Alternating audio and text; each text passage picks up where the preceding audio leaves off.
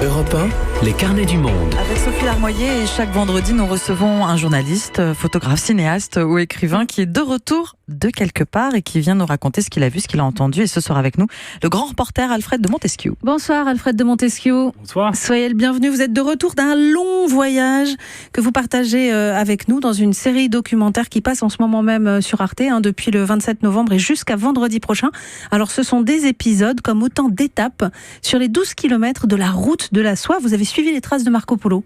Oui, en fait, l'idée c'était de retracer ce qui a été cette route essentielle dans l'histoire, mais qui a disparu vers l'an 1500. Et on s'est dit que finalement Marco Polo était le meilleur guide de voyage, le meilleur guide du routard. Et j'ai pris son livre comme si c'était vraiment un guide de voyage. Et j'ai essayé de voir ce que lui voyait et ce que nous on voyait aujourd'hui. Alors vous êtes parti de Venise et cap vers l'est. Vous êtes passé à travers la Turquie, l'Iran, l'Ouzbékistan, le Kirghizistan. Et lundi là qui arrive, vous arrivez en Chine en arrivant par la ville de Kashgar. C'est la porte de l'Empire du Milieu. Ouais. Première étape chinoise. Alors on arrive en Chine, mais si vous regardez le documentaire, on n'a pas l'impression qu'on est en Chine. Absolument, je l'ai regardé et c'est vrai qu'il n'y a pas beaucoup de Han, comme vous dites. C'est assez frappant. Ça commence dans une vallée qui s'appelle la vallée de Tashgorgan, qui est objectivement, je crois, un des plus beaux endroits au monde, qui est cette vallée perdue à plus de 4000 mètres d'altitude, qui est coincée entre le Pamir, l'Himalaya, le Karakorum, le Hindu-Kush, et où la population est plutôt blondinette. Ouais. Et en fait, c'est des descendants des soldats d'Alexandre le Grand. C'est assez incroyable, quoi. Donc c'est cette petite vallée oubliée dans. Et c'est un carrefour, c'est un carrefour d'ethnie, de marchands, de langues, et avec une population essentiellement ouïghour à cet endroit-là. Enfin là où vous êtes allé. Dans la vallée dont je parlais, Tashgorgan, ils sont plutôt tadjiks en fait. Je parlais de Kashgar. Et Kashgar, effectivement, ils sont ouïghours. C'est la province du Xinjiang, qui est donc la grande province de l'Ouest chinois. C'est des turcophones musulmans. Ouais. Et ils sont devenus musulmans d'ailleurs au contact des marchands de la route de la soie. Et ils ont effectivement pas grand-chose à voir avec les Han. Et d'ailleurs, il y a des mouvements indépendantistes qui sont réprimés. Il y a mais ils sont on peut dire en délicatesse avec Pékin, c'est le moins qu'on puisse dire. Oui. C'est une minorité réprimée. Dans le bazar de Kashgar, vous rencontrez un apothicaire. Alors moi, je croyais d'abord qu'il vendait des épices, mais en fait, non, ce sont des plantes qui soignent. Je vous propose d'écouter ce petit échange que vous avez eu avec lui. Lorsqu'on monte dans des endroits très hauts, où il y a peu d'air, il faut prendre du Hilil. Dans les périodes anciennes de nos ancêtres, ils en mettaient dans la bouche quand ils voyageaient dans les montagnes et qu'ils souffraient du manque d'oxygène. Ah, on se la met derrière là. Il le laisse fondre dans la bouche et la tête ne tourne plus. Ah, ça enlève le mal de tête. Plus de vomissement. Oui, alors on vomit plus. C'est bien, hein. Oui, c'est pas mal. Mais c'est ça, faut mimer un peu quand même quelquefois quand on. Oui, je l'ai raconté là, d'ailleurs dans un article dans Paris Match la semaine dernière, puisque j'ai aussi fait des reportages dans Paris Match, puisque c'est mon journal. En fait, on a été nous-mêmes pris du mal de l'altitude. Et en fait, quand ça vous arrive, ça fait tout drôle. Moi, je suis assez résistant. Par métier, je suis reporter de guerre, je suis habitué aux conditions difficiles.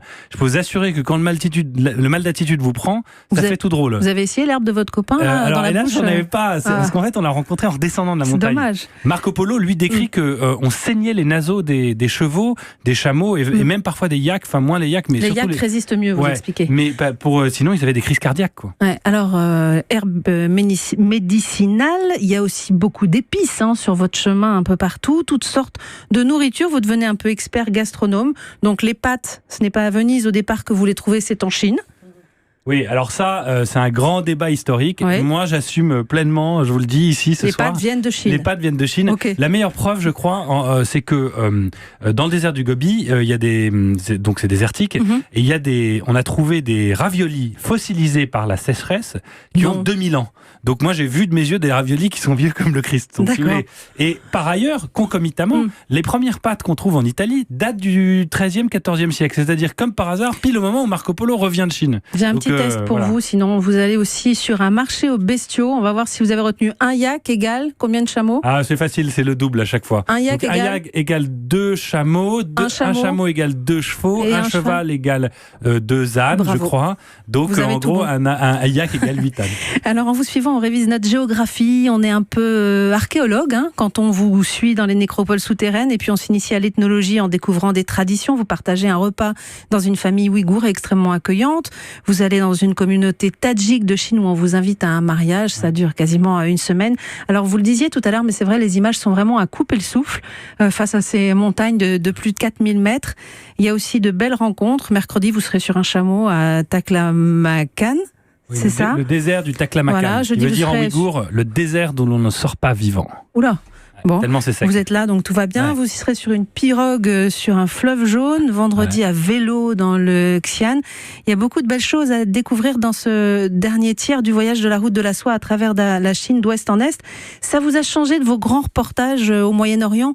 Vous le disiez tout à l'heure, vous étiez beaucoup sur des terrains de guerre, en Irak, en Afghanistan. C'est aussi une autre manière d'aborder toutes ces régions-là. Oui, c'est ce que j'explique dans le livre. En fait, Arte est venu me voir en me demandant de faire ce trajet, et je me suis dit finalement c'est l'opportunité de retourner dans une région du monde que j'aime vraiment profondément, mais de la regarder par le côté positif et non pas par le côté de la guerre ou de la violence qui finalement est quand même l'échec humain. Merci beaucoup Alfred de Montesquieu. La route de la soie et autres merveilles sur Arte du lundi à vendredi 17h30, 5 épisodes, et il y a aussi un livre coédité par Le Chêne et Arte.